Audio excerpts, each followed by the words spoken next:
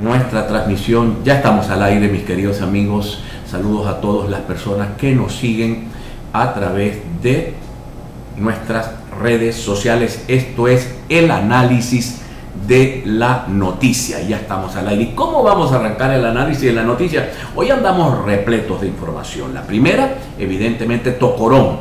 Tocorón es la base de la noticia venezolana. El gobierno venezolano, el gobierno de Nicolás Maduro, la mañana de hoy, alrededor de 11.000 efectivos polimilitares intervinieron esa cárcel, que es una cárcel que se había convertido en una especie de Frankenstein de las cárceles, una carcelita, una cárcel de seguridad rodeada de un barrio que hicieron los presos dentro de la cárcel, donde convivían 300 familias dentro de la cárcel, donde gobernaba y gobierna la banda llamada el Tren de Aragua, encabezada por un personaje llamado el Niño Guerrero.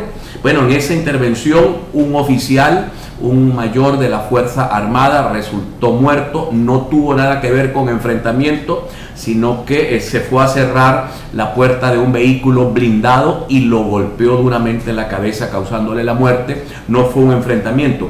Pero ¿qué ha tenido de especial la toma de la cárcel de Tocorón hoy, que terminó en la fase 1 y comenzó la fase número 2? ¿Cuál es la fase número 2?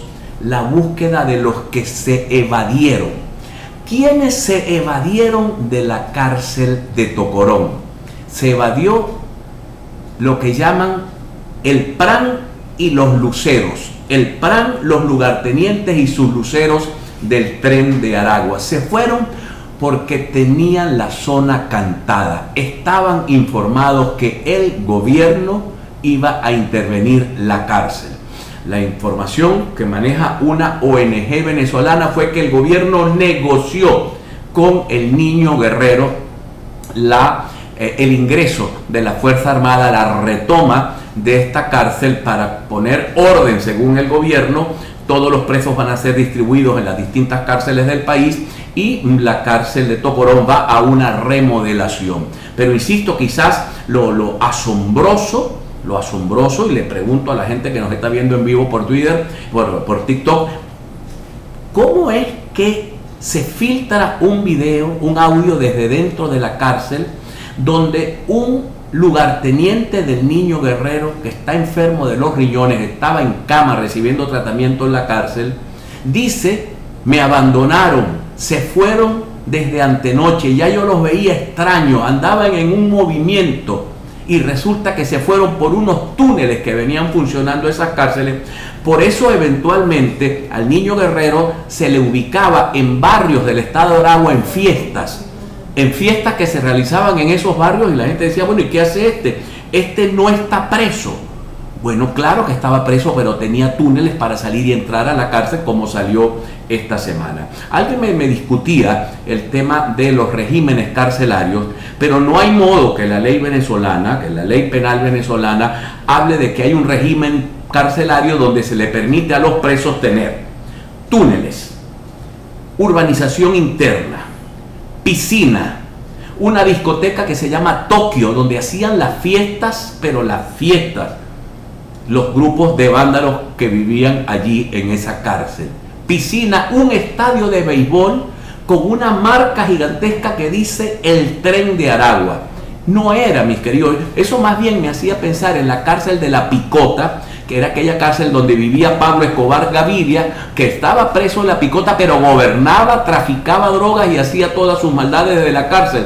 Bueno, eso estaba sucediendo en la cárcel llamada la cárcel de Tocorón, allí en el estado de Aragua. Así que no salimos, mis queridos amigos, de nuestro asombro sobre este tema tan complejo que tiene que ver con cómo el gobierno permitió, porque mis palabras hoy fueron: el gobierno está pagando su propio incendio. El gobierno está pagando su propio incendio porque el gobierno generó su propio incendio. Algún analista internacional dice: se pusieron de acuerdo. Hay un acuerdo internacional para intentar poner orden en Venezuela a cambio de, no sabemos a cambio de qué, pero algún analista llegó a hacer esa disquisición el día de hoy.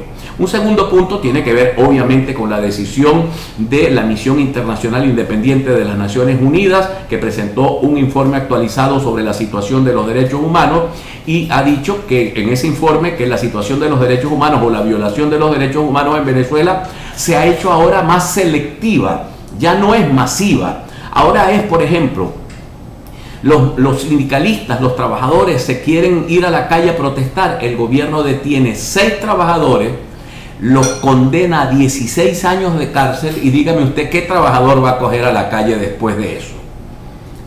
Es una cosa terrible y es lo que está haciendo. Sustituyeron al FAES por un grupo que se llama el DAES, pero el DAES sigue haciendo lo mismo que hacía el FAES. Desapariciones forzadas, asesinatos selectivos de delincuentes, porque ese grupo trabaja contra la delincuencia, pero trabaja de un modo sumamente especial, que es desapareciéndolos, que es eliminándolos, que es quitándoles la vida, y eso por lo menos no se puede o no se debe hacer abiertamente. Entonces, la misión ha determinado que la estructura represiva del Estado no se ha desmantelado, que sigue muy fuerte. Bueno, hoy observamos, mis queridos amigos, el tipo de vehículos para represión que yo no conocía, tanquetas de oruga, pero pintadas de blanco, que son las que se utilizan para motines públicos y en este caso para un motín carcelario, que no son vehículos de uso militar, son vehículos para uso interno. Camino a las elecciones con delitos de lesa humanidad, dice la presidenta de la comisión llamada Marta Baliñas. La administración de Maduro eliminó las fuerzas de acciones especiales y creó esta cosa que se llama el DAES. Entonces las conclusiones son: la misión de la ONU acusó al régimen de Maduro de seguir cometiendo crímenes de lesa humanidad, encontró que hay motivos razonables para creer que se cometieron al menos 5 privaciones arbitrarias de la vida, 14 desapariciones forzadas de corta duración y 58 detenciones arbitrarias entre enero 2020 y agosto 2023. También documentó 28 casos de tortura o tratos crueles, inhumanos, degradantes a detenidos, incluyendo 19 casos de violencia sexual y de género.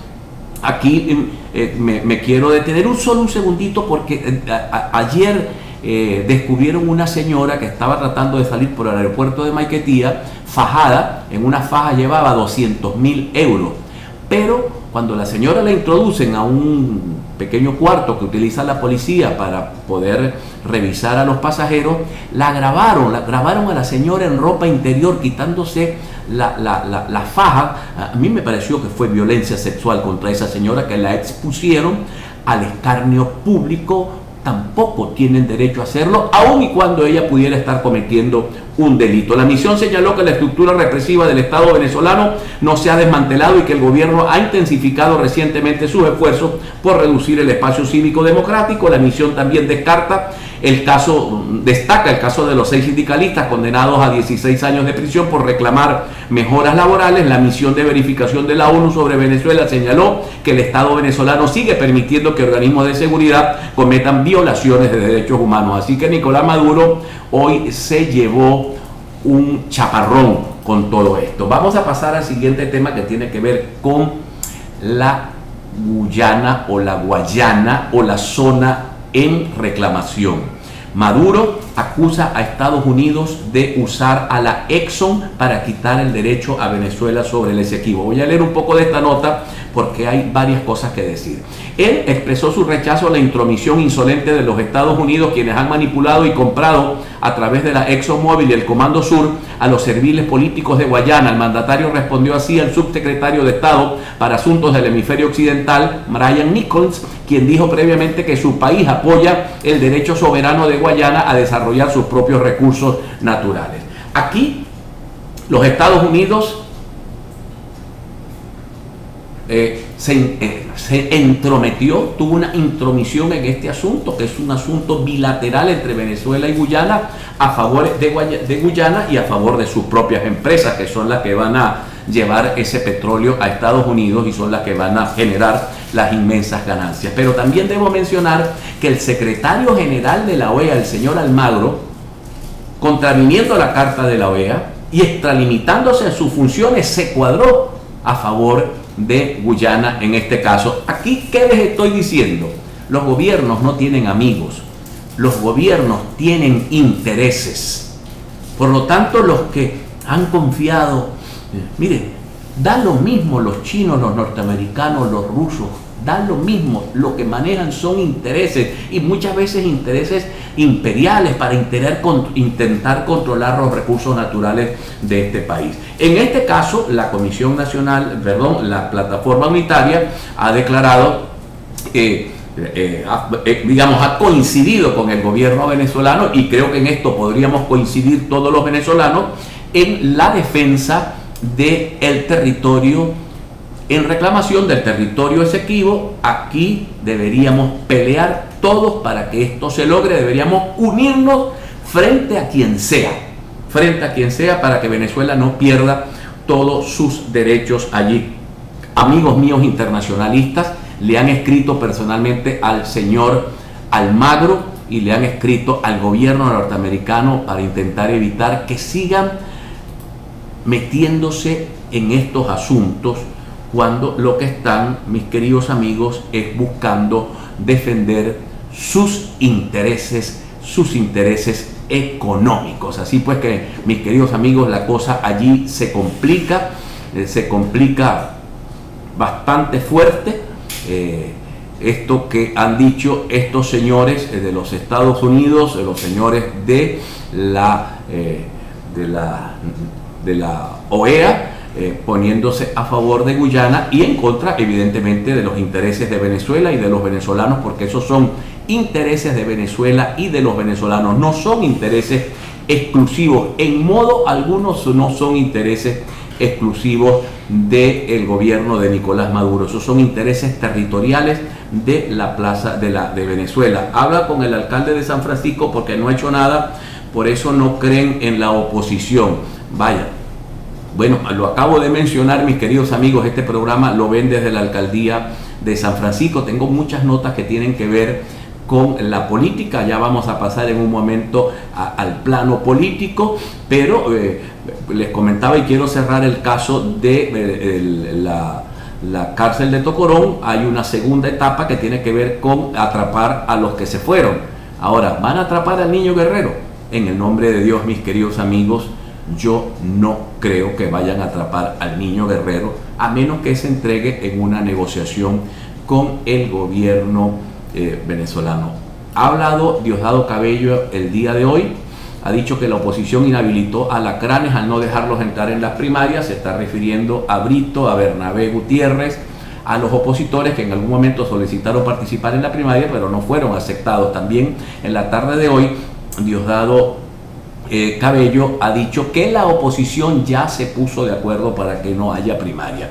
Yo creo, mis queridos amigos, que Diosdado Cabello es un sembrador de intrigas. Él siembra, en Venezuela le decimos a esto casquillo, él siembra casquillo para buscar un mecanismo de enfrentamiento en la oposición venezolana y fortalecer una cosa que estoy leyendo, que es la polarización, que la gente comience a decir que dictadura no sale con votos. Lo primero que uno escucha rápidamente es dictadura no sale con votos. Estos hay que sacarlos a la fuerza. El propio discurso del gobierno está destinado a fortalecer el discurso radical, el discurso ultra, que nos quiere sacar de la votación para llevarnos a los escenarios donde ya Venezuela perdió, donde los venezolanos perdieron, que es el escenario de la violencia, donde el gobierno gana, y gana fuerte. Por cierto, fueron sentenciados a 30 años de cárcel 3 altos oficiales venezolanos, entre ellos el coronel Palomo, en la madrugada amaneciendo el día de hoy, que ya está cerrando, y que está amaneciendo el día siguiente. Los 3 oficiales fueron sentenciados a 30 años de prisión, otros participantes fueron sentenciados a 17 años de prisión, y el que menos recibió pena de 14 años de prisión. Estas son las personas que han sido acusadas del uso de los drones para asesinar a Nicolás Maduro. Aquí me dice, tu programa en el Canal 11 no está saliendo todos los días a las 12:30 del mediodía, a 1:30 en el Canal 11. también se puede ver en Luz FM, la 102.9, y en vivo en todas nuestras redes sociales. Así que si ustedes son seguidores del programa del mediodía, esto, mis queridos amigos, lo pueden ustedes ver cuando quieran. También el embajador de Venezuela, de Estados Unidos en Venezuela, con sede Colombia, ha dicho que Estados Unidos puede quitar las sanciones a Maduro. Aquí sigue este tema del retiro de las sanciones a Nicolás Maduro, y ya me voy a ir a un tema que va a causar mucha discusión. Pero frente a esto, hoy estuvo en el occidente de Venezuela, en el estado Zulia, el doctor Omar Barbosa, y él dice que el éxito de la primaria depende de la confianza y del esfuerzo de la oposición. También Roberto Enríquez pide a la Comisión Nacional de Primarias cumplir con debates entre candidatos como establece el cronograma. Estados Unidos, me pasé esta noticia, ordenó a PDVSA pagar 348 millones de dólares de deuda sin excusa. Leo la nota: un tribunal federal de apelaciones de los Estados Unidos en Nueva York dictaminó este miércoles que Venezuela debe pagar una deuda que tiene de 348 millones de dólares sin usar como excusa las sanciones internacionales que pesan sobre su gobierno. Este juez sí es pasado. Bloomberg en línea reportó que un panel de 3 jueces confirmaron los fallos del Tribunal Inferior de que PDVSA tuvo que cumplir en un conjunto de pagarés. El fallo es una victoria para los tenedores de deuda Dresden Rand y compañía, con sede en Houston, una unidad de Siemens AG, y contrarían a Capital Management. Esto es una cosa absurda. O sea, los jueces norteamericanos dicen tienen que pagar y no se pueden excusar en las sanciones. En el nombre de Dios, me van a disculpar, pero aquí tengo yo unas diferencias absolutas con los señores del gobierno norteamericano. Y sigo adentrándome en este tema de las primarias. Voluntad Popular dice que aprendió en Barinas y se compromete a no dejar sin opción a Venezuela. Esta discusión sobre la sustitución de candidatos es un tema muy recurrente en las discusiones en redes sociales y en las discusiones en los partidos políticos y candidatos que aparecen trabajando en la primaria. El gran éxito que reivindicó a Voluntad Popular en el estado, en el Venezuela, y particularmente por los hechos del estado Barinas, fue que Voluntad Popular no dijo con Superlano hasta el final, nos vamos hasta el final con Superlano, nadie se va a entregar, aquí el hombre que ganó es Superlano. No, ellos decidieron, mira, no, nos inhabilitaron a Superlano, vamos a poner a la esposa de Superlano. Inhabilitaron a la esposa de Superlano, colocaron a un dirigente de Un Nuevo Tiempo. Inhabilitaron al dirigente de Un Nuevo Tiempo, colocaron a César Garrido, y César Garrido terminó ganando la elección en Barinas. Voluntad Popular dice, de eso aprendimos y nosotros no vamos a dejar a los venezolanos sin opción para las elecciones presidenciales. Yo felicito este pensamiento de la gente de Voluntad Popular, felicito porque coincide con el mío.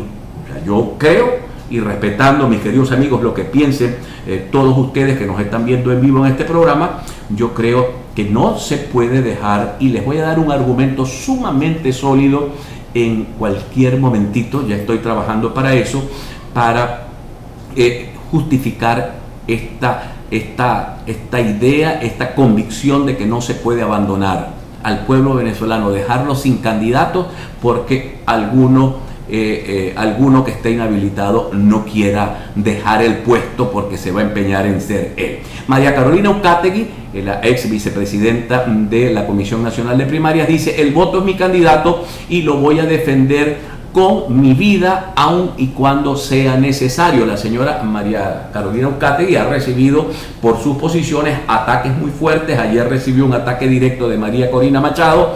Hoy ella se defendió ayer mismo del ataque de María Corina, pero al mismo tiempo la señora Uzcategui ha dicho que ella está defendiendo el voto como instrumento de lucha de los venezolanos, que su problema es el voto, que su problema no es un candidato en particular, que no tiene nada que ver con una candidatura en particular, con una candidatura digamos, con una parcialidad, sino que tiene que ver, mis queridos amigos, con el tema de la necesidad que tiene Venezuela de presentar un candidato sólido para enfrentar a Nicolás Maduro. Voy a hablarles, mis queridos amigos, de dos eventos, uno viejo y uno nuevo. Me voy con el nuevo. Ayer hubo un evento en los Estados Unidos que se llama el Atlantic Council. Allí estuvo representada la oposición venezolana con los sectores de la negociación, los sectores que han negociado. Allí estuvo Stanley González, estuvo la gente de Voluntad Popular, Stanley González estuvo por el Nuevo Tiempo, estuvo la gente de Primero Justicia, estuvo la gente de AD, estuvo la gente de 20 Venezuela, estuvo representado el comando de campaña de María Corina Machado con su director del Comando Internacional, que es Antonio Ledesma. Se partió en dos la oposición allí. Uno, la mayoría de la oposición, o toda, excepto Ledesma, concluyó que hay que quitarle las sanciones a Venezuela, que las sanciones le están haciendo mucho daño a la población. Antonio Ledesma insistió que hay que colocar más sanciones a el país para presionar al gobierno venezolano. Dos, Antonio Ledesma insistió con el tema de que hay que ir hasta el final con el candidato que elija la gente, aunque ese candidato esté inhabilitado. Allí hubo otro chispazo, se enfrentó el señor Stanley González de Un Nuevo Tiempo con Antonio Ledesma. ¿Y qué le dijo Stanley González? Que paralizó la mesa completamente, que paralizó la sala. Stanley González le dijo: usted, Antonio Ledesma, en el año 2018 sustituyó a Leopoldo López en la candidatura a la alcaldía metropolitana de Caracas porque Leopoldo López estaba inhabilitado. Me cuenta un buen amigo que estaba en ese evento que la cara de Antonio Ledesma era un poema, porque le dio muy duro un argumento que él ahora no quiere reconocer. Y ya me voy a ir a eso para leerles a ustedes detalles de esto de los cuales les estoy hablando. Entonces, allí se plantearon estas divergencias. La sala, que estaba colmada de invitados internacionales, pues se pusieron a hablar entre ellos, porque el señor Stanley González le dijo a el señor Ledesma algo que él no pudo defenderse. No pudo defenderse de ese argumento, que en el año 18, cuando Leopoldo López era candidato, y les pongo los pongo en contexto, era candidato Leopoldo López, era candidato otro señor que no tenía mucha importancia política allí, y el señor Ledesma. Eran los tres candidatos a la alcaldía de Caracas. La plataforma unitaria de la época acordó que el candidato que tuviese la mejor aceptación popular iba a ser el candidato. Ahí no habían primarias, pero acordaron ir a una encuesta. En esa encuesta, acá está, el Instituto Venezolano de Datos le daba a Ledesma un 28.2% de agrado, un 41.7% de desagrado. A López le daba un 65.1% de apoyo. O sea, López tenía apoyo sólido y era el que tenía la mayoría para ser candidato a la alcaldía mayor de Caracas. Ledesma no atendió el llamado a la unidad y siguió solo en su campaña.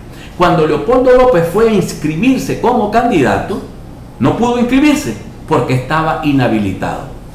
Y no hubo más remedio entonces que apoyar a Ledesma, que todavía había insistido en ser candidato, aunque Leopoldo López tenía mayor apoyo popular, pero estaba inhabilitado. Vean ustedes cómo se cambian las cosas, cómo las cosas cambian de golpe de acuerdo a los intereses que se estén defendiendo. Hoy Antonio Ledesma dice: vamos hasta el final con María Corina, vamos hasta el final con el que gane aunque esté inhabilitado, y podría ganar Capriles también, o pudiera ganar el señor Superlano, y no dice vamos a poner al segundo, como sí se puso él en su momento.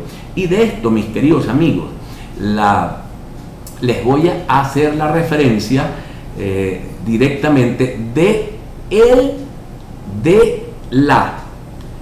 la biografía de Antonio Ledesma, que está publicada en Wikipedia. O sea, son biografías que generalmente publica la propia persona, donde coloca su propia información.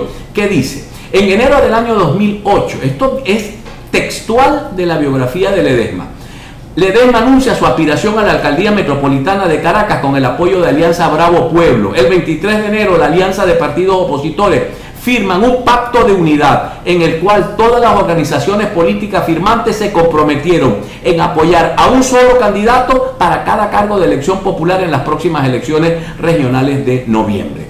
Para aquel momento la oposición contaba con 3 precandidatos que aspiraban al cargo de alcalde mayor de Caracas. En este caso, Leopoldo López, Augusto Uribe y el propio Antonio Ledesma. En mayo se dieron a conocer los resultados de un estudio de opinión que se mandó a hacer para escoger el candidato, donde daba a Leopoldo López como el candidato de mayor popularidad. Sin embargo, sobre este recaía una inhabilitación de la Contraloría General de la República, por lo que no podía inscribirse. A ver, se me fue la nota, no podía postularse para ningún cargo de votación popular. Sin embargo, Ledesma siguió hasta el final con su aspiración, apoyado por distintos partidos opositores. En agosto se cerró el lapso de inscripción de los candidatos que participarían en los comicios regionales, y tras López no poder inscribirse, su partido, Alianza Bravo Pueblo, El Nuevo Tiempo, inscribe a William Ojeda como candidato, finalmente lo retira para apoyar a Ledesma, convirtiéndose Ledesma en el candidato de la unidad. En octubre ya estaban, en los días previos al evento electoral, algunos sondeos de opinión daban un supuesto empate técnico entre el candidato oficialista Aristóbulo Istúriz, ya fallecido, y Antonio Ledesma, mientras que otros le daban ventaja a Ledesma, y Ledesma terminó ganando la elección frente a Aristóbulo Istúriz. Pero lo que les estoy leyendo, mis queridos amigos, es historia. Hoy Ledesma lastimosamente defiende puntos nuevamente a su favor. En aquel momento era bueno sustituir a un inhabilitado. Ahora, como su candidata está inhabilitada, ahora para Ledesma no es bueno sustituir un inhabilitado. Estas son las cosas, mis queridos amigos, que a muchos venezolanos, y esto que acabo de colocar, lo coloqué porque es historia patria. De hecho, la gente de Tercera Voz lo publicó directamente y textualmente de la biografía, autorizada obviamente por Antonio Ledesma, en Wikipedia, porque no hay posibilidades de colocar un material en Wikipedia que no lo apruebe la persona sobre la cual se está haciendo el dato biográfico. Así pues que Antonio Ledesma lastimosamente ha quedado muy mal esta vez con este asunto. Tengo una buena noticia para los venezolanos que están en Estados Unidos. Estados Unidos renovó, extiende y renueva el estatus de protección temporal para los venezolanos que residan en Estados Unidos a partir del 31 de julio del 2023 por 18 meses. Leo la nota, 18 meses. Esta disposición permitirá que 472.000 venezolanos soliciten autorización de trabajo. Es tan importante tener dos cosas para estar en Estados Unidos, son fundamentales. Si quiere estar usted legalmente, que es seguro social y autorización para trabajar, lo que llaman allá permiso de trabajo. Gracias a Dios, con esta nota, pues un conjunto muy grande de ciudadanos van a ser beneficiados hoy por esta decisión del gobierno norteamericano, cosa que agradecemos en nombre de los venezolanos. Me dicen acá, es que María Corina legalmente no está inhabilitada. Yo estoy de acuerdo, ella no está inhabilitada, según la Constitución no está inhabilitada. Ahora, en la práctica está inhabilitada porque ella no se va a poder inscribir como candidata, como no va a poder inscribirse Capriles, como no se va a poder inscribir Superlano. Entonces, ¿qué ganamos los venezolanos? Que lo que queremos es que el objetivo es sacar a Maduro. ¿El objetivo es o no es sacar a Maduro? Entonces habría que preguntar, porque mi objetivo es que Maduro se vaya del poder pacífica y democrática y constitucionalmente. Ese es mi objetivo, el de Juan Carlos Fernández, el ciudadano. A mí no me interesa que sea fulano, mengano o perencejo el candidato de la oposición. Yo quiero un candidato que pueda derrotar a Maduro y los votos los tenemos para lograrlo. Si el gobierno inhabilitó a María Corina, me da dolor con ella, no estoy de acuerdo. Si inhabilitaron a Capriles, me da dolor con él, no estoy de acuerdo. Si inhabilitaron a Superlano, me da dolor de él, no estoy de acuerdo. Pero el objetivo es Maduro. El objetivo no es lograr habilitaciones, porque si no se logran las habilitaciones nos vamos a quedar sin candidatos. El objetivo es tener un candidato, mis queridos amigos. Por lo menos esta es una opinión que yo defiendo, pero este es un análisis mío, ¿no? Yo respeto absolutamente la opinión de cada uno de ustedes. La toma de Tocorón fue negociada con el Niño Guerrero, denuncia el Observatorio Venezolano de Prisiones. Misión de la ONU revela un informe de la violación de los derechos humanos que se mantiene y se agrava. El apoyo de Estados Unidos a Guyana es un grave error político y geopolítico. Esto lo discutió esta noche Jesús Chuo Torrealba en su programa. Y mañana a las 9 de la mañana nosotros publicamos el programa del Chuo Torrealba para que todos ustedes puedan seguirlo. Diosdado Cabello alega poseer la base de datos de los tickets comprados de la rifa de las primarias. En la lista me la dio un opositor y le estoy haciendo un favor. Sigue Diosdado Cabello, evidentemente sembrando casquillo, sembrando terror entre los venezolanos que quieren participar, mis queridos amigos, en la elección primaria. Y el excomisario Iván Simonovic muestra acá una fotografía de la cárcel de Tocorón, la inmensa cantidad de cajas de metal que utilizan los militares para cargar allí las municiones de guerra, las municiones de las ametralladoras. Bueno, un cuarto completo en Tocorón estaba repleto de ese tipo de munición que no fue utilizada, y eso nos lleva a concluir con mayor fuerza que la toma de Tocorón fue acordada, porque los presos pudieron haber combatido a plomo limpio, todavía estuviese el tiroteo prendido, pero no pasó nada, ni un disparo por parte de los presos. Pues evidentemente nos lleva a concluir lo que dice el Observatorio Venezolano de Prisiones, que allí hubo un acuerdo entre el gobierno y los pranes de esa cárcel. Mis queridos amigos, terminó nuestra media hora de trabajo. Me despido de los queridos amigos que están acá a través de las redes sociales, de YouTube. Un abrazo para todos.